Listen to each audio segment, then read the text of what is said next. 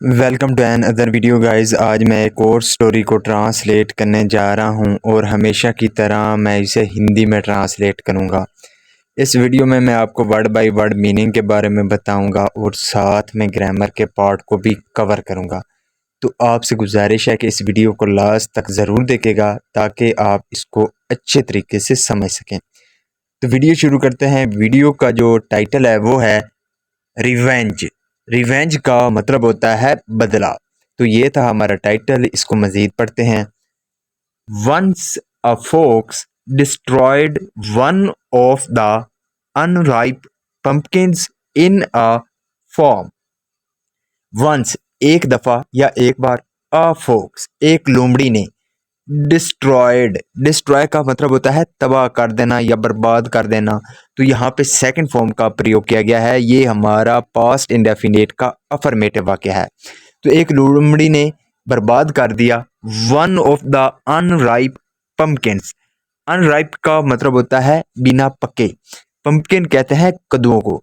तो यानी कि जो अनराइप पम्पकिन थे उनमें से एक, यानी कि जो बिना पक्के जो कद्दू थे उनमें से एक को क्या कर दिया, उसने बर्बाद कर दिया। इन अ फॉर्म, एक खेत में। तो इसका क्या मतलब हुआ?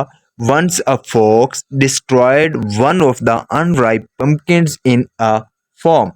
एक दफा एक लोमड़ी ने एक खेत में बिना पके यानी कि कई कद्दुओं में से एक कद्दू को बर्बाद कर दिया। विन, जब, द फार्मर सॉ दिस, जब जो किसान था उसने क्या किया? सॉ, देखा। सी की सेकंड फॉर्म है सॉ। जब उसने देखा, ही ran after this fox. He ran, वो भागा। रन की सेकंड फॉर्म है रैन। ये भी हमारा पास्ट इंडेफिनिट का अफर्मेटिव वाक्य है। तो वो भागा।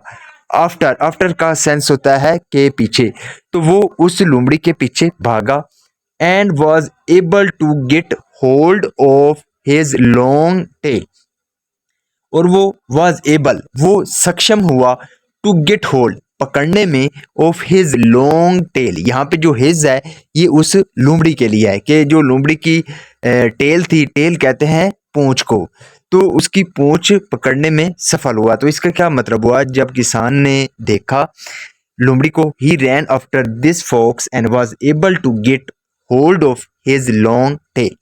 तो वो लोमड़ी के पीछे भागा और उसकी जो लंबी पूंछ थी उसको वो पकड़ पाया। The farmer coiled the tail with a piece of cotton. The farmer, जो किसान था, उसने क्या किया? कोइल्ड, कोइल्ड का मतलब होता है लपेटना। तो उसने लपेटा द टेल, जो पूंछ थी उसको लपेटा, with a piece of cotton. Cotton का मतलब होता है कपड़ा।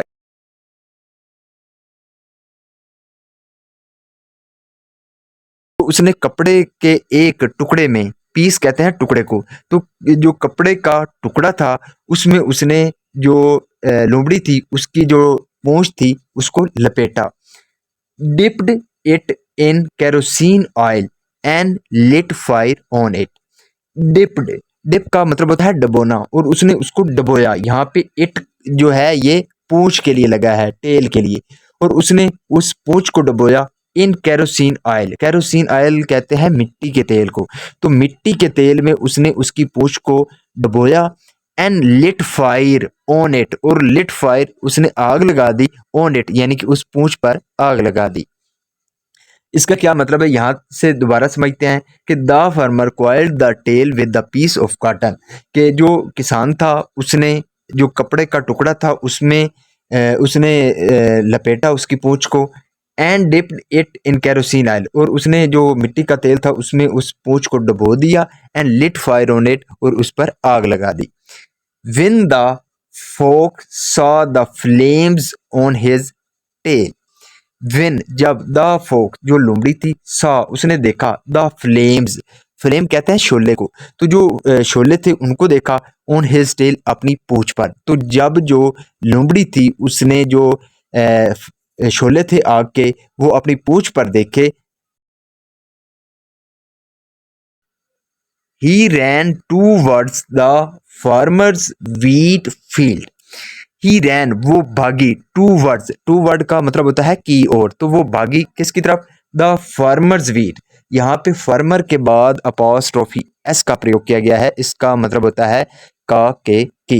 तो जो किसान की जो वीट फील्ड यानी कि गेहूं की जो उसके खेत थे उसमें उसकी ओर वो भागी। The crop was ready to be harvested.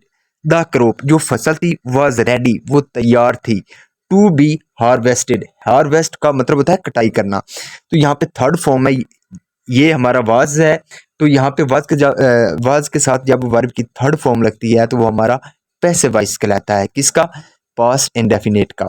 तो the crop was ready to be harvested, तो जो फसल थी वो कटाई के लिए तैयार थी।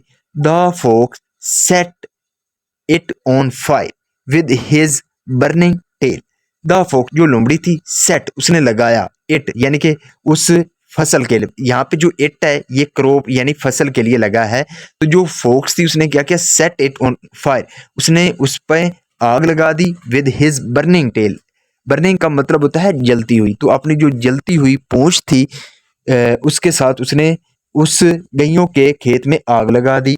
विद इन मिनट्स यानी कि चंद ही मिनटों में it was reduced into Ashes. तो वो क्या हो गई? रेड्यूस्ड, बदल गई, इनटू एशेज,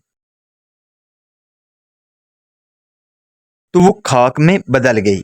नाउ अब the farmer was repenting for his mistake. अब जो किसान था वॉज रिपेंटिंग, रिपेंट का मतलब होता है पछतावा करना। तो यहाँ पे वॉज के साथ वर्ब की फोर्थ फॉर्म है, ये हमारा पास्ट कंटिन्यूअस टेंस का वाक्य है। और इस तरह के वाक्य के आखिर पर रहा था, रही थे आता है। तो अब जो किसान था वॉज रिपेंटिंग, वो पछता रहा था, फॉर हिज मिस्टेक, अपनी गलती के लिए। A baby pumpkin had cost him a lot. A baby pumpkin, तो एक यानी कि छोटे कद्दू की खातिर, had cost him a lot, उसको बहुत बड़ा नुकसान हुआ था। यानी कि एक जो छोटा कद्दू था उसकी वजह से उसको बहुत बड़ा नुकसान हुआ। इसका मोरल क्या है? Never take any decision in haste.